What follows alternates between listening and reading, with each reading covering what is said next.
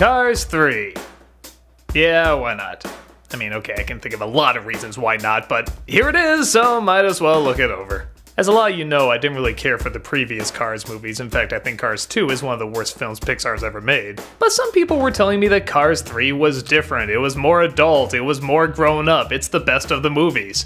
And yeah, out of the movies, I guess that's true, but given the low bar they set, I don't think that's any real big accomplishment. Lightning McQueen is back to racing. Aw, no more spy stuff, what a shame. But he discovers a younger racer named Jackson Storm is breaking his records and eventually even McQueen himself. Getting horribly injured on the racetrack, McQueen decides to leave racing for a while, disappearing into his old town home wondering if he'll ever race again. He decides he does want to race, but he knows that if he's going to, he needs to make some changes. Getting a high-end sponsor behind his back, he gets a new trainer, new location, new equipment, the whole shebang. He starts to become reckless though, being treated like an old-timer, and tries rushing the process. After finding he can't handle a lot of the training equipment, the sponsor suggests maybe he should pull out of the race and they'll still get him some branding. McQueen disagrees though and goes on his own to do his own kind of training, much to the trainer's dismay. She follows him but has trouble keeping up as it's on different types of roads like sand and dirt and so forth. As they hang out more together, he discovers more about her past and her ambitions and, of course, they find they have a lot in common and they come together for a compromise. So yeah, let's see, we have a red car who's lost his way and so he takes some time away training and getting in touch with what really matters, and it sounds a little familiar, huh? Oh, and there's a big race at the end and there's a twist about not being so selfish? You don't say! Okay, to the film's credit, it really isn't a huge repeat of the first Cars film. I mean, first of all, there is more effort put in.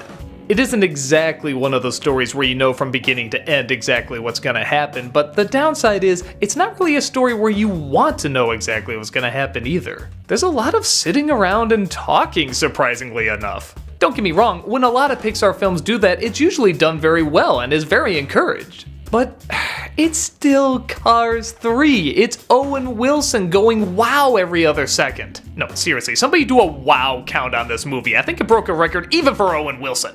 There's not a ton of creativity or excitement or even that many laughs. It's just sort of them talking about what really matters and talking about different training techniques, what works, what doesn't. Honestly, looking it over, it seems more like the virtual reality stuff was doing better. That's how the other guy got in the lead, and how many times are you gonna race on the beach or in the forest or anything like that? Doesn't it make sense to master the racetrack? It's like an opera singer learning how to do rap. Okay, it's good to broaden your horizons, but I just don't see that much crossover. The only time where I saw a legit amount of creativity is when he was doing some dirt racing. The designs of a lot of these cars, especially this school bus, were really creative and fun to look at. But aside from that, the story and characters aren't really riveting enough for adults, and it's not really goofy or fun enough for kids. Now again, that's not to say it's awful, and this is coming from a guy who really hated the first two car films. You can tell the filmmakers really cared about what they were saying and writing and animating and the performances, but it's just stuff we've seen in other sports movies. Nothing new is really added. The fact that their cars is still distracting, it really doesn't add anything to the world. I still don't fully understand how this world works. The ending climax, while character-driven, still doesn't make a whole lot of sense. Ooh, you want to let someone else race? Great. Why don't you do that with someone else's money who's paying millions of dollars to brand you? This just seems like a move, and the explanation they have for how they got away with it still seems dumb. So, was I pulling my hair out at it? No. Did I hear a ton of bad jokes? A couple, but not that many. Is it as annoying and or bland as the previous Cars films? Not by a long shot. But I still can't say I was that entertained. I guess if you like the car movies and you kinda want a more adult take on it, this does okay. If you have a soft spot for some of these sports and training cliches, you'll get through it alright. But I don't know how many kids would be that excited for this story, and I don't know how many adults would be that excited for this story. I guess out of the Cars movies, this one is the best, but given its background, it's not much of a race to win.